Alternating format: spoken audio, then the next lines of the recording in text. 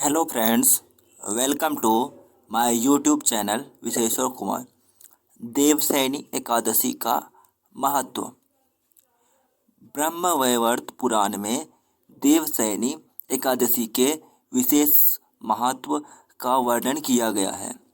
इस व्रत से प्राणी की समस्त मनोकामनाएं पूर्ण होती हैं।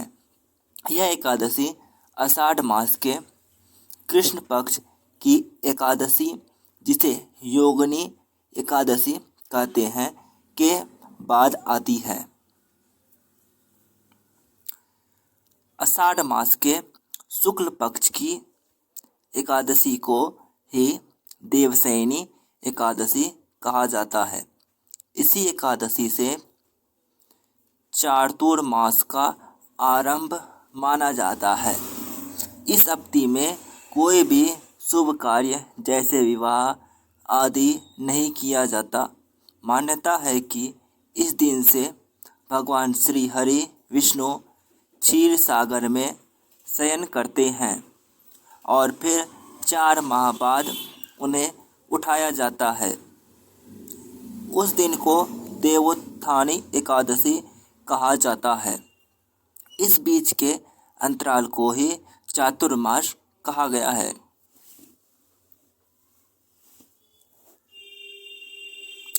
देवसैनी एकादशी को देवसैनी महा एकादशी, थोली एकादशी, तेलुगु में हरि देवसैनी, पद्मनाभा सैनी तथा प्रबोधनी एकादशी भी कहा जाता है।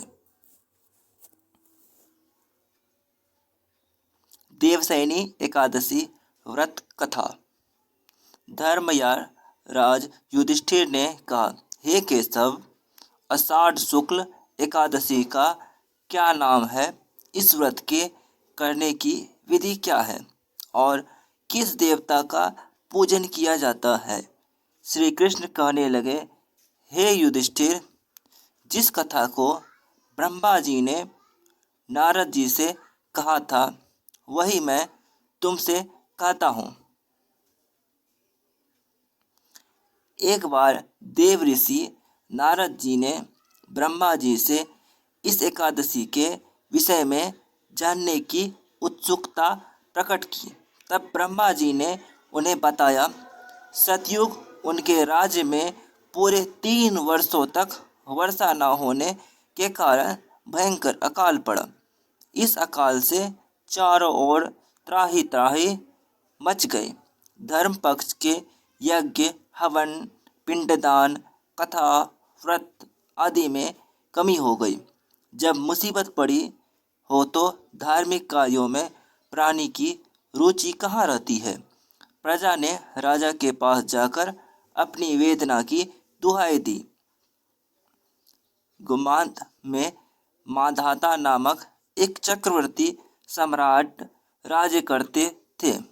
उनके राज्य में प्रजा सुखी थी, किंतु भविष्य में क्या हो जाए यह कोई नहीं जानता। अतः वे भी इस बात से अनभिज्ञ थे कि उनके राज्य में शीघ्र ही भयंकर अकाल पड़ने वाला है।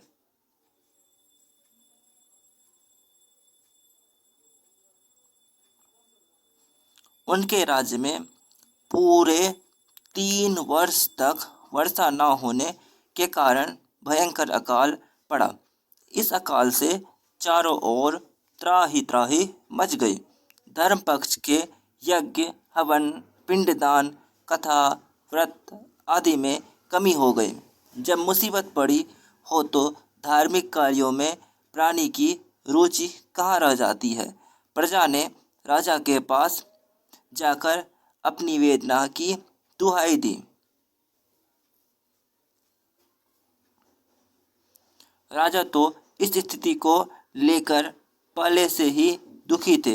वे सोचने लगे कि आखिर मैंने ऐसा कौन सा पाप कर्म किया है जिसका दंड मुझे इस रूप में मिल रहा है। फिर इस कष्ट से मुक्ति पाने का कोई साधन करने के उद्देश्य से राजा सेना को लेकर जंगल की ओर चल दिए।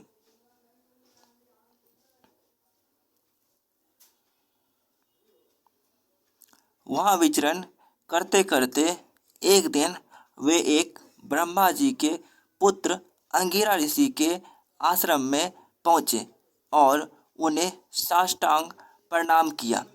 ऋषिवर ने आशीर्वचनों उपरांत कुशल क्षेम पूछा। फिर जंगल में विचरण करने वो अपने आश्रम में आने का प्रयोजन जानना चाहा।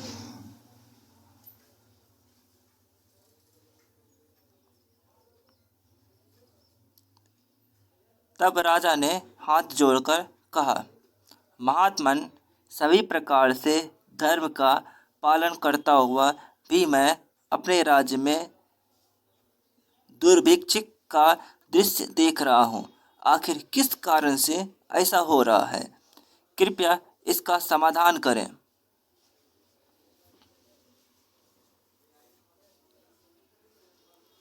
यह सुनकर महर्षि अंगिरा ने कहा, हे राजन, सब युगों से उत्तम यह सतयुग है।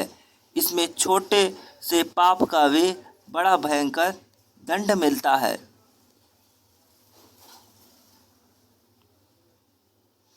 इसमें धर्म अपने चारों चरणों में व्याप्त रहता है। ब्राह्मण के अतिरिक्त किसी अन्य जाति को तप करने का अधिकार नहीं है, जबकि आपके राज्य में एक शूद्र तपस्या कर रहा है। यही कारण है कि आपके राज्य में वर्षा नहीं हो रही है। जब तक वह काल को प्राप्त नहीं होगा, तब तक यह दुर्भिक्ष शांत नहीं होगा। दुर्भिक्ष की शांति उसे मारने से ही संभव है।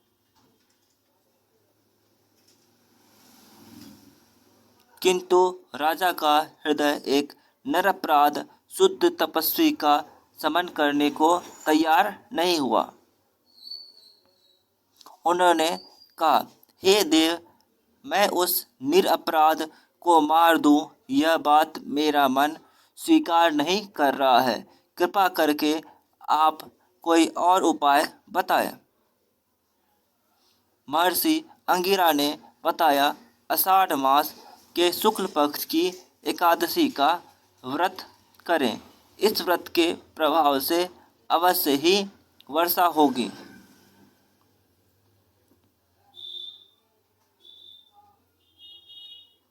राजा अपने राज्य की राजधानी लौट आए और चारों वर्णों सहित पद्मा एकादशी का विधि पूर्वक व्रत किया।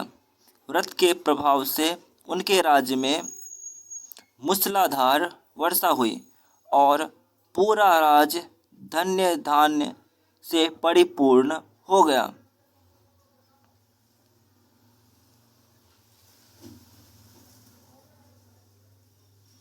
ब्रह्म वैवर्त पुराण में देवशयनी एकादशी के विशेष महात्म्य का वर्णन किया गया है।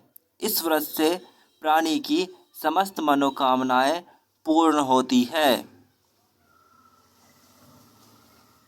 Thanks for watching my videos.